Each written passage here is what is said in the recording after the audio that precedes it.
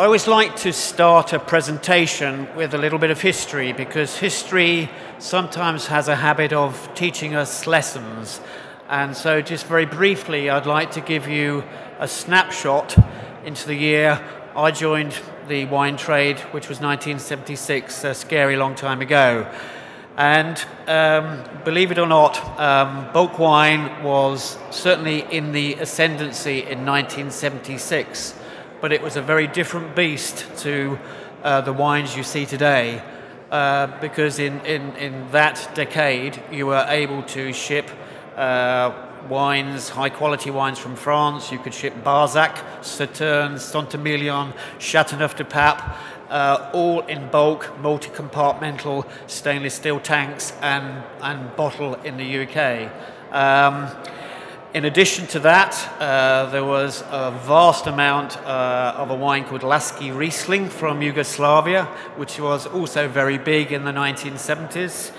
And there were two major bulk wine terminals in the UK, one at Newhaven and the other at Shoreham in Sussex. And these bulk wine terminals, wine would arrive, it was sherry. Sherry would arrive in ships' tanks and be pumped out of ships' tanks into a warehouse. And soon after I joined the trade, I witnessed one of the most spectacular accidents that I must share with you.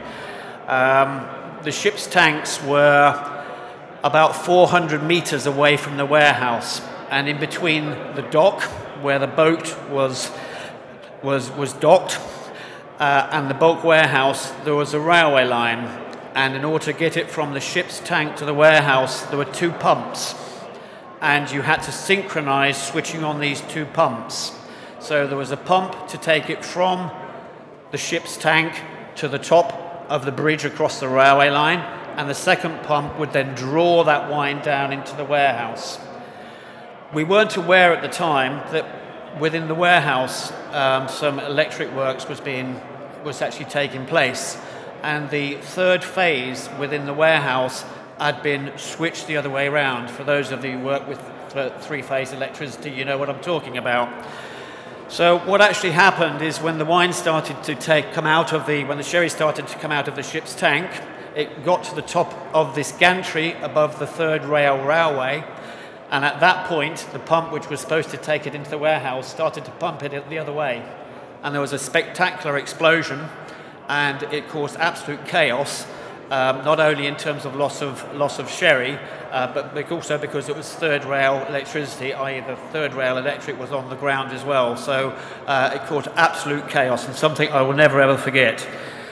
There is a message in that in terms of how big bulk wine was. And at that time, the warehouse at Newhaven used to transport around 20 by 25,000 litres daily out of the Newhaven bulk terminal. So a significant volume.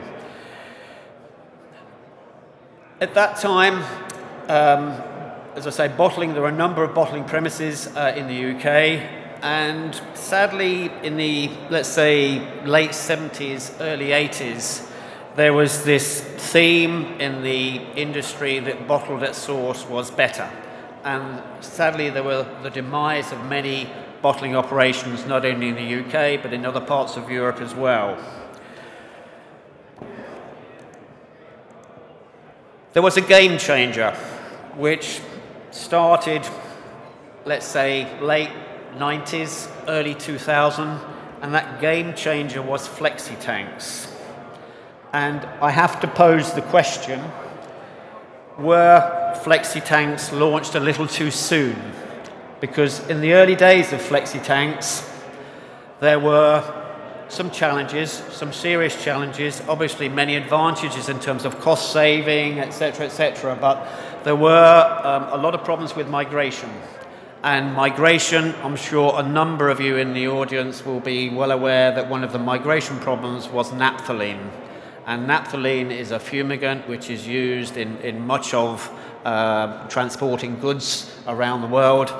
And as a scientist, I think it would be fair to say that incomplete due diligence was actually performed, because having been privy to and seeing a number of the experiments which were performed, if you actually look at migration work, migration, i.e. you have a barrier and you have something outside the barrier and you have a liquid inside the barrier should actually prevent what's outside going into the liquid. And one of the experiments I actually looked at the data in terms of temperature. The actual temperature profile only went up to 30 degrees centigrade. Now, in terms of transporting goods from the southern hemisphere to the UK, the temperatures will get considerably higher than 30 degrees centigrade. What happens when you increase temperature? You increase the porosity of the membrane, so what's outside can go inside more easily. And unfortunately, an awful lot of wine had to be destroyed at that time. If it were not so serious, I also witnessed some attempts to try and prevent this. And one, again, I remember very vividly was, oh, Geoff, we've found this way of preventing migration. We've put a bag around the bag. Now, the bag turned out to be a giant plastic bag, which was stuck together with tape. Now, I don't think many of you will appreciate that that is not going to have any impact on what is going through there at all, because it's going to work its way around that barrier very, very easily. There was a gradual improvement in flexes, and fortunately and happily, it didn't impact the amount that was actually shipped. And it would be fair to say that we haven't seen any naphthalene issues for at least 5 years. So the technology has improved dramatically, and absolutely delighted about that.